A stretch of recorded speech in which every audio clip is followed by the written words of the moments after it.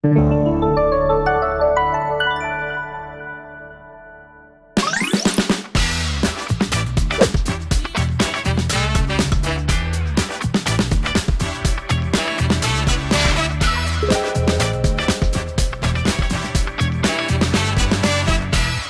회생 절차나 파산 절차에서 그 주주의 지위에 대해서는 채권자보다는 후순위에 있습니다. 소위 말해서 우리가 회사에 대해서 투자를 했는데 투자한 돈이 주식으로 있느냐 아니면 사채나 채권으로 있느냐에 따라서 회생 절차나 파산 절차에서는 지위가 천지 차이로 달라지는데요. 우리가 채권자로 있는 경우에는 배당을 받거나 변제를 받을 수 있는 대상이 되지만 주주인 경우에는 배당이나 변제를 받을 수 있는 대상이 아니게 됩니다. 그래서 주주로서의 리스크는 사실 회생 절차나 파산 절차에서 그 투자한 금을 받지 못하는 손실 처리해야 되는 리스크가 있는 것이고요. 그래서 우리가 상장회사 같은 경우에 상장회사가 회생이 들어갔다 그러면 주주들은 내가 내 돈을 주식을 산다고 투자를 했지만 실제로 회생 절차에서 변제받을 수 있는 지위를 갖지는 못하게 되고요. 그리고 우리가 실제 실무상 보면 상환전환 우선주라고 해가지고 투자를 했는데 상환전환 우선 주식을 받은 경우에는 실제로는 주주기 때문에 채권자보다는 여류에 있어서 배당을 받지 못하는 그 상황이 생기고요. 최근에 이제 회생에 들어간 홈플러스 같은 경우에 국민연금이 펀드를 통해서 홈플러스에 투자를 했는데 국민연금도 마찬가지입니다.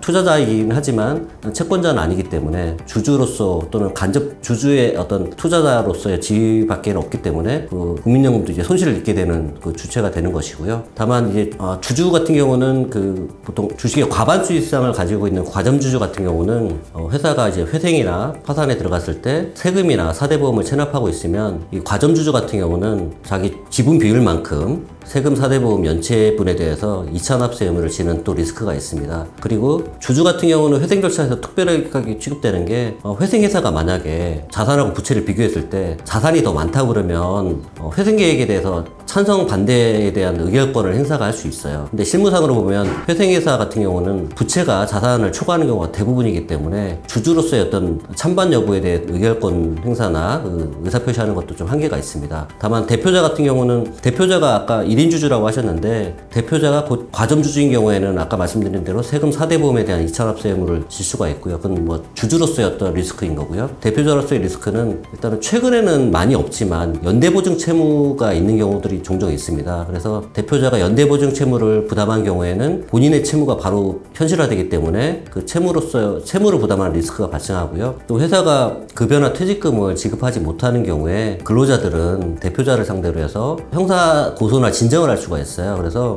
대표자는 형사 책임을 부담하는 주체가 될 수가 있어서 개인 사재를 털어서라도 어쩔 수 없이 합의를 해야 되는 리스크가 있는데, 다만 이제 우리가 근로복지공단에 대지급금이라는 걸 신청을 하게 되면 근로복지공단을 통해서 급여나 퇴직금 일정 부분이 대신 지급 처리가 되는 경우가 있어요. 그러면 그 해당되는 부분만큼은 대표자가 리스크가 없는 것이고요. 그리고 간혹 가다가 이제 회생이나 파산 신청을 했다는 이유로 사기죄로 고소를 당하는 경우가 있어요. 왜냐하면 우리가 대금이나 돈을 못 받은 경우에 이거를 안 주려고, 처음부터 안 주려고 물건을 공급받았다, 처음부터 못 줄 상황이었는데 뭐 돈을 빌렸다라고 해서 사기죄로 고소를 당하는 경우가 종종 있습니다. 근데 실무상 보면은 회생을 했다고 해서, 신청을 했다고 해서 대표자가 사기죄로 처벌되는 경우는 회생 신청 직전에 상대적으로 많은 규모의 거래를 일으켜서 그 돈을 한 푼도 안 준 경우, 이런 경우들이 사기죄로 주로 처벌이 되고요. 오랜 기간 동안 거래를 해왔다든지 그 다음에 대금을 일부라도 변제를 해왔던 상황이 인정되면은 사기죄로 처벌을 면할 수가 있으니